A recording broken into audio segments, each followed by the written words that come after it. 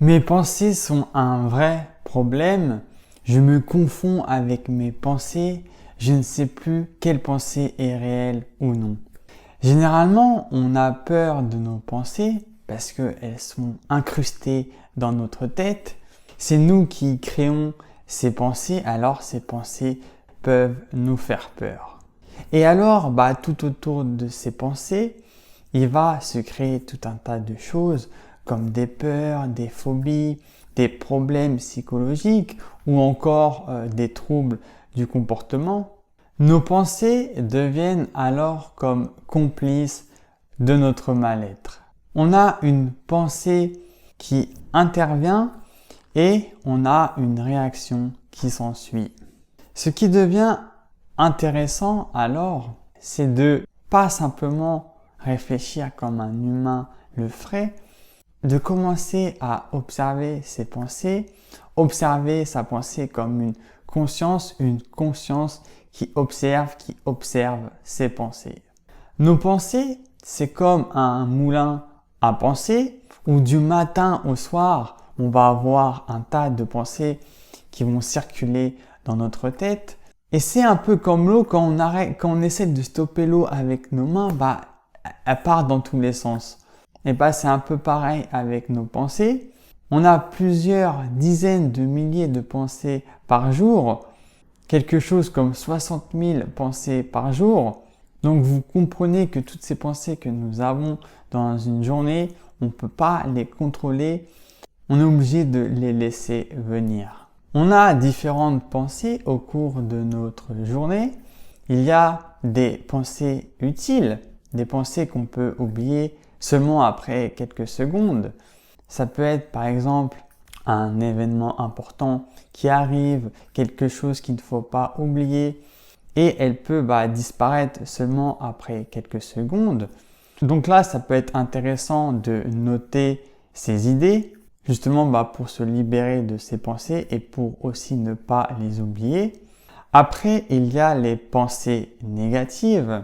Il a été prouvé scientifiquement que quand on emprunte un chemin neuronal, à force, ce chemin neuronal, il se renforce et il est difficile d'en créer un nouveau. Vous savez, c'est un peu toutes ces choses qu'on fait un peu naturellement. Quand on s'habitue à dès qu'il y a un peu d'incertitude, de peur, d'angoisse, d'anxiété, à raisonner d'une certaine manière, on n'arrive plus à faire autrement. On s'est habitué à faire cette chose d'une telle ou telle manière et dès qu'il va y avoir des circonstances similaires, on va répéter les mêmes schémas et on va avoir comme ça tout un tas de pensées négatives qu'on saura créer nous-mêmes. Et une pensée, plus on va focaliser son attention dessus, plus on va lui apporter de la nourriture, et plus cette pensée elle va grossir, plus elle va revenir sans cesse. D'où l'importance de savoir aussi focaliser son attention sur les bonnes choses et j'ai fait une vidéo sur le regard de soi.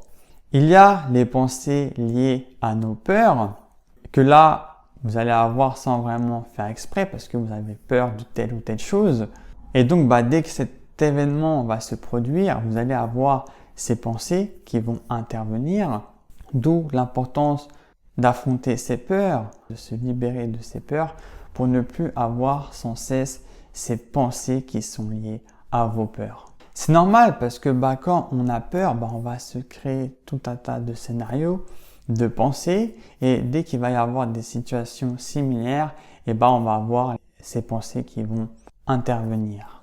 Comment on crée nos pensées?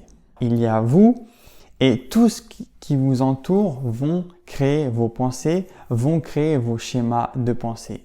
Du premier pas de votre journée jusqu'à votre coucher, vous allez tout enregistrer, que ce soit les conversations avec vos amis, les événements au cours de votre journée, les échanges, les partages, les informations, la télévision, tout ça vont créer des pensées qui vont venir, plus votre focalisation, votre raisonnement en fonction de ces pensées, ça va vous créer des schémas de pensée.